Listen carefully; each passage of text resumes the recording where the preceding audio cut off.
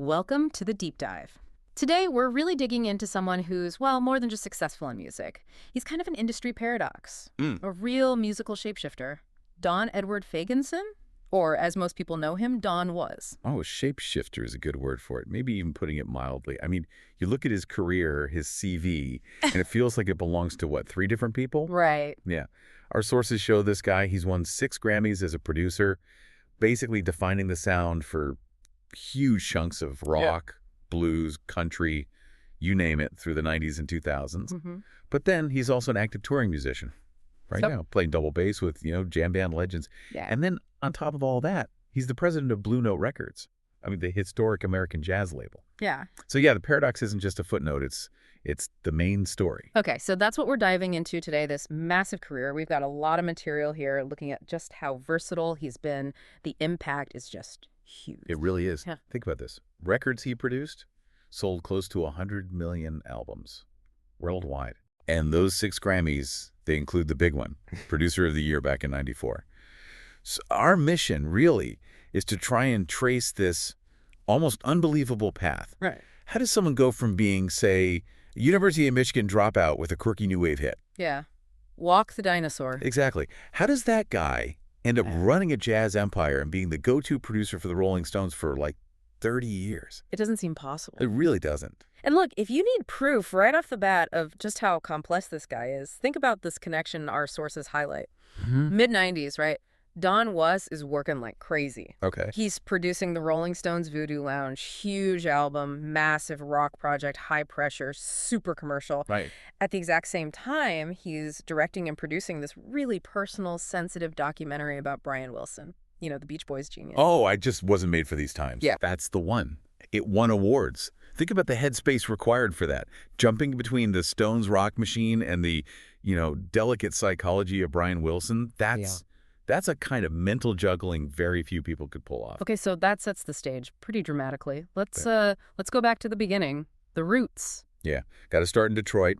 That's where Don Edward Fagenson was born, 1952. He's pure Motor City. And that city's music scene, it's unique in America. He graduated from Oak Park High School there, soaking up that whole Detroit sound, the grit. But the academic side, maybe not his main focus. He went to the University of Michigan in Ann Arbor, which is a great school. Top university, yeah. But the sources say he dropped out after just 1 year. Right. And you get the sense it wasn't about lack of smarts. It feels more like he already knew his path, and it wasn't going to be found in a lecture hall. Music was pulling him too hard. So what was pulling him? What was he hearing in Detroit? Well, it was everything. You had that deep, raw Detroit blues sound tied to the city's whole industrial vibe. But crucially, at the same time, he was really into jazz. Complex, serious jazz. Me too. Sources specifically mention the big ones. John Coltrane, Miles Davis. Okay, so that's not background music. That's intense stuff. Coltrane, Miles. Oh, yeah. You have to engage with that, understand structure, improv. Exactly. It wasn't just casual listening. It was like musical education by immersion. And he was already playing, too. As a teenager, he was the lead singer, played guitar in a local Detroit rock band. The Patterns, they were called. So even before he's really an adult, he's got rock performance chops, that blues foundation, and the kind of intellectual depth you get from studying jazz. That's quite a mix. It is. And Detroit fostered this certain, countercultural vibe, too. Sources mention influences like John Sinclair, the poet, activist, big in the rock scene there. Right, the MC5 connection. Yeah. So he developed this personality, maybe, that wasn't afraid to question things, try weird stuff, make humor and politics into art, which, really defines his own band later. And that brings us right to him becoming Don Was. He takes that name when he forms Was, not Was, with a school buddy, David Weiss, who becomes David Was. Right. A partnership right out of high school, built on this shared love for, satire and mashing things together. So what was, not Was? Musically? They were unique, deliberately blending stuff that didn't seem to fit. Dance music, R&B grooves, new wave synths. But then these really smart, often funny, sometimes political lyrics. Absurdist, almost. Yeah, absurdist is a good word. They actually got pretty big, especially in the UK first, then the US through the 80s. Put out 4 albums, always hard to pin down. They felt more like a concept almost with a beat you could dance to. But for most people, if you say Was, not Was, they think of one song, right? Oh, yeah. Walk the Dinosaur. No question. From '88, the What Up Dog album, that was the big international hit, kind of cemented them in that late new wave, early alternative dance sound. It did. And the funny thing is, that one hit kind of overshadows how musically restless they actually were across their whole career. They were always grabbing different styles and twisting them. Like what else? Well, check this out. In '97, they did this side project called Orchestra was. Orchestra was. Okay, what was that? Totally different. Nothing like the '80s stuff. It was an album covering Hank Williams songs. Hank Williams, the country legend. The one and only. But they did the songs as, like, jazz and R&B interpretations. The album's called Forever's a Long, Long Time. Wow. From Walk the Dinosaur to jazzy Hank Williams. That's a jump. It's a massive jump, and it tells you so much about Don Was. His real interest wasn't sticking to one genre. It was about getting inside great songs no matter where they came from. Country sorrow via jazz funk. Why not? You can already see the producer mind working there, can't you? Totally. That project is almost a blueprint for everything he did later in the studio. And hey, if anyone interested, isn't just history. They actually got back together. Oh, yeah. Yeah, did a new album called Boo. Yeah. And toured back in 2008. So that creative thing with David Was, it's still there, even after all these years and all their separate success. Okay, so that sets up the transition perfectly. That ability to move between, new wave artist and someone who can dissect and rebuild a Hank Williams song. That's the toolkit he takes into the studio as a producer. And this is where he really builds his global reputation, right? Absolutely.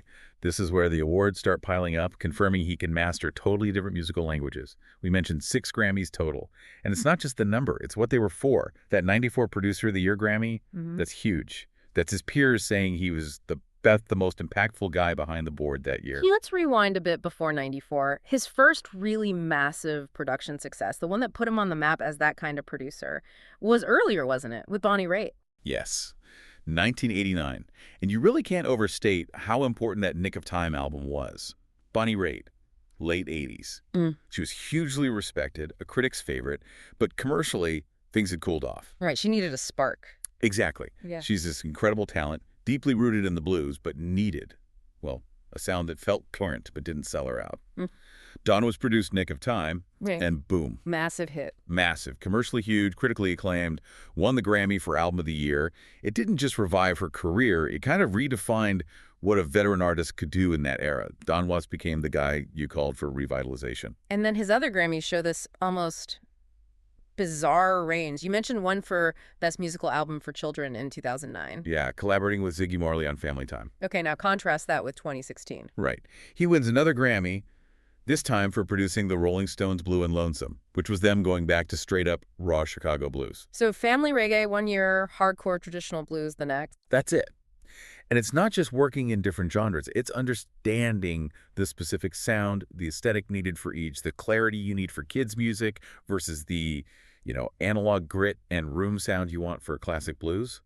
He can nail both. That kind of versatility must be why he became so essential to some of the biggest names. Let's talk about the Rolling Stones, because that relationship is, well, it's a whole saga, isn't it? It's huge. It started in '94 with Voodoo Lounge, and basically he's been involved with every major studio album they've done since.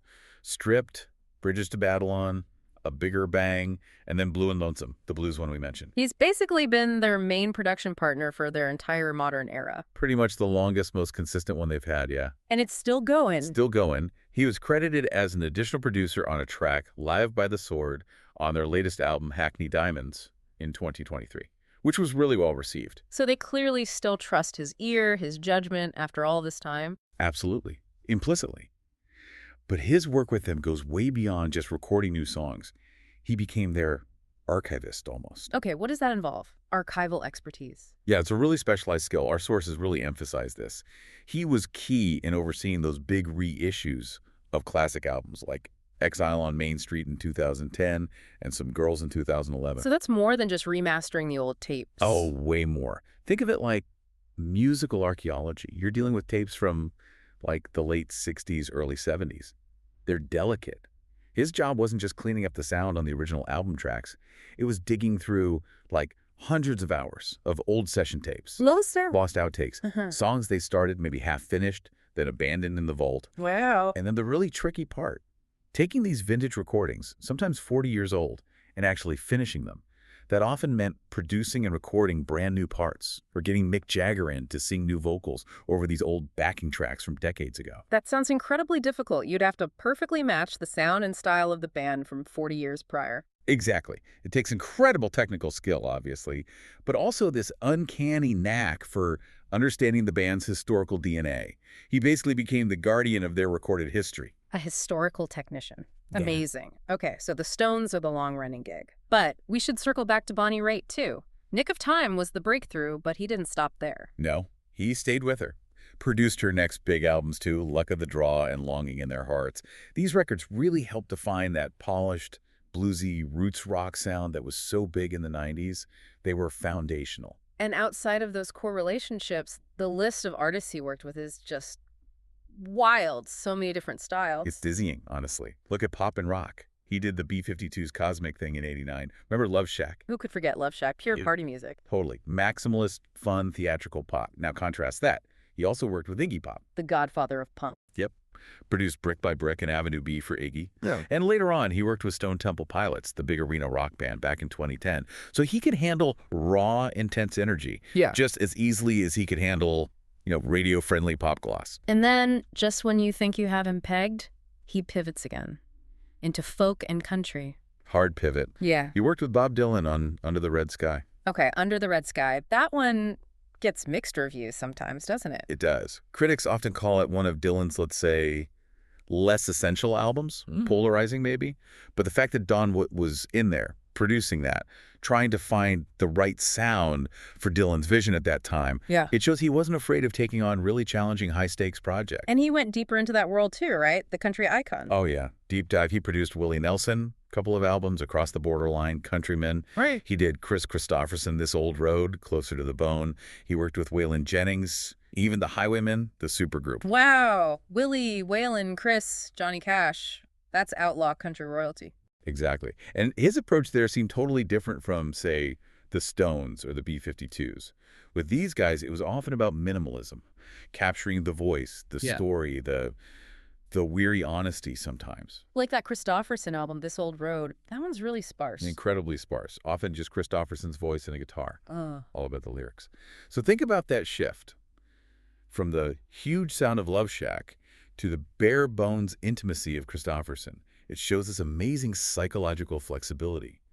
He wasn't imposing his sound. He was finding the right sound for each artist. He also dipped into more polished pop and soul. Yep. Produced some tracks for Elton John on that box set to be continued. Worked with Michael McDonald, Carly Simon, Joe Cocker, guys with those big, soulful voices. And he stayed current, too. Worked with John Mayer. 3 albums for John Mayer. Born and Raised, Paradise Valley, and the more recent Sob Rock. Kept him right in that modern rock, adult contemporary lane. Okay, we have to talk about one really weird one, though. The Garth Brooks Project. Ah, yes. Garth Brooks in The Life of Chris Gaines.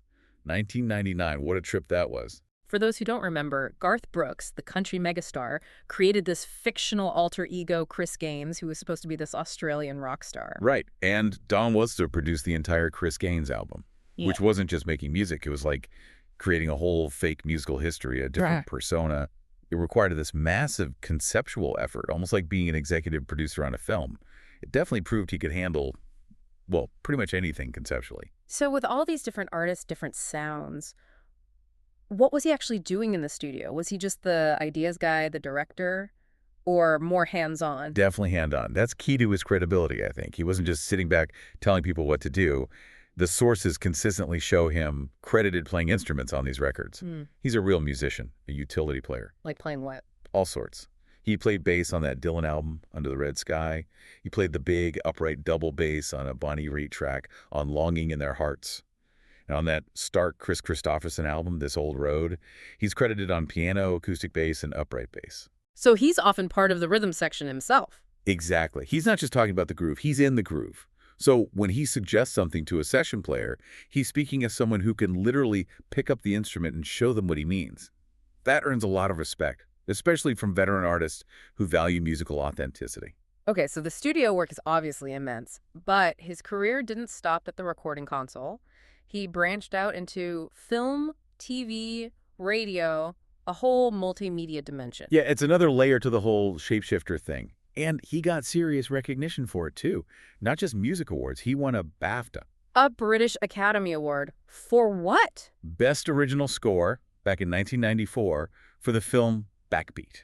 Backbeat. That was the movie about the Beatles' early days in Hamburg, right? Focusing on Stuart Sutcliffe, the original bassist. That's the one. So scoring, that wasn't just about writing background music. It was about recreating the actual sound, the raw energy of rock and roll just before it exploded. A big historical challenge.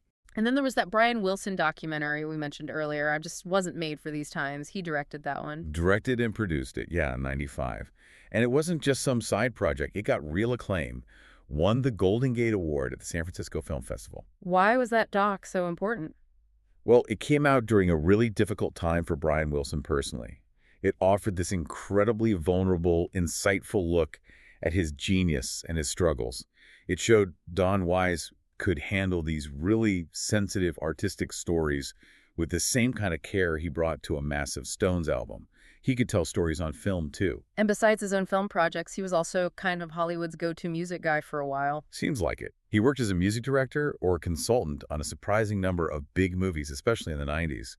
The list is pretty impressive. Let's hear it. Okay, you've got Thelma and Louise. Classic soundtrack. Totally. Toy Story. Wow, animation too. Yep. Phenomenon, Tin Cup, Days of Thunder, Michael. A real mix of genres. So what does a music director or consultant do on films like those? It varies. For something like Thelma and Louise, it's about shaping the whole sonic vibe, right? Mm-hmm. Choosing the right songs, the needle drops that set the mood, fit the era, and really hit emotionally without getting in the way of the story. Like curating the mixtape for the movie?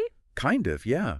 For an animated movie like Toy Story, it might be more about advising on how the original songs fit in, making sure the overall musical feel is consistent. It meant shifting from being a technical producer to more of a cultural curator for a mass audience. And he even got an Emmy for TV work? He did in 2014 for Outstanding Music Direction. It was for that big CBS TV special, The Beatles, The Night That Changed America. Ah, the 50th anniversary show. Right. So that shows he can handle the immense pressure of live TV, celebrating these huge cultural moments. It's a different kind of skill set again. He clearly likes the broadcast world. He even hosted a radio show for a while. Yeah, on Sirius XM. He had a show called The Motor City Hayride on the Outlaw Country Channel.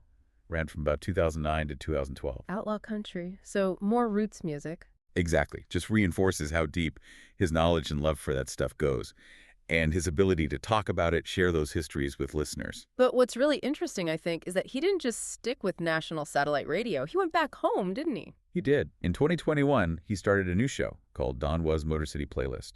And significantly, it's on WDET-FM. Which is? Detroit's local NPR station, public radio. Okay, that feels important. Why go local after being on Sirius XM? It says a lot, doesn't it? He could have aimed for another big national platform. But choosing WDET feels like a conscious decision to reconnect, to give back. He's using his global name to shine a light on the music and the artists coming out of the city that made him. It's feeding the roots. And that Detroit commitment goes beyond just the radio show, right? There's an annual event he's involved in. Yeah, since 2008, he's been hosting and leading the house band for the Detroit All-Star Review. It's a big local showcase. Lots of different Detroit artists get featured. So he's taking the clout he earned producing, the biggest rock band in the world. And Bob Dylan and Bonnie Raitt. Right. And he's directly channeling that back into supporting the music scene where he started. That's pretty cool. Okay, so now we get to maybe the most striking part of this whole paradoxical career. After mastering, being an artist, producer, archivist, filmmaker, radio host, Don Was takes on this huge executive role. One that puts him right at the top of arguably the most revered record label in American music history. Blue Note Records. January 2012, he's appointed president. He takes over from Bruce Lundvall, who was a legend in his own right. A total legend. And Blue Note. I mean, this is the label of Miles Davis, Thelonious Monk, John Coltrane. The very guys Don Was was listening to back in Detroit as a kid. It's kind of mind-blowing. It sent a real message to the industry. Think about it. The guy who did Walk the Dinosaur and produce the Stones is now running Blue Note. It wasn't like they brought in some pop exec to try and fix jazz or make it more commercial. They brought in someone who clearly had this incredibly deep, nuanced understanding and respect for jazz history and its integrity. His production work across all those genres must have given him immense credibility. And was he just like the figurehead president? Or did he actually get involved in the music side of the label? No, he definitely stayed involved creatively. You can see his producer credit popping up on albums. by Blue Note artists during his tenure. It shows he was connecting his old skills to his new role. Like, who did he produce for Blue Note? Well, he produced Jason Moran's album All Rise, a joyful elegy for Fats Waller. And he worked on an album called Enjoy the View, which featured the great vibraphonist Bobby Hutcherson with David Sanborn. Yeah. So yeah, he kept his hands in, guiding the label's sound, not just as an executive, but as a fellow musician and producer. Okay, but here's the kicker.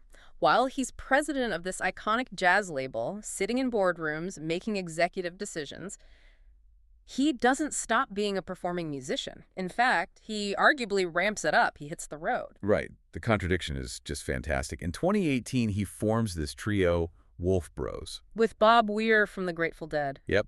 Bob Weir on guitar and vocals, Jay Lane on drums, and Don was on upright double bass. Upright bass, not electric. Upright bass, which is, physically demanding, rooted in jazz and folk traditions. It's a statement in itself. They started touring pretty heavily in 2018, 2019. So the president of Blue Note Records is out playing gigs, laying down grooves on an upright bass in a band that's all about improvisation, very much in that Grateful Dead spirit. Exactly. It just blows your mind when you think about it. Does the day job running the venerable jazz institution then goes out at night and plays these long exploratory jams? Does one job inform the other? Does playing in Wolf Bros help him run Blue Note, or is it just two totally separate lives? I think it absolutely informs it. How could it not? Yeah. If you're leading a label built on improvisation, like Blue Note, staying connected to live performance, to that spontaneous musical conversation, it keeps your perspective real, doesn't it? Yeah, it keeps you grounded in the actual making of music. Right. And the Grateful Dead tradition, like jazz, is all about that in-the-moment creation. So he's bringing that energy, that understanding back into the executive role. Mm-hmm. And he's still doing it. Sources mention him playing at the Dead Ahead Festival in Mexico in 2024 with other members of that whole musical family. He's really living this duality. Okay, one more specific musical thing we need to touch on.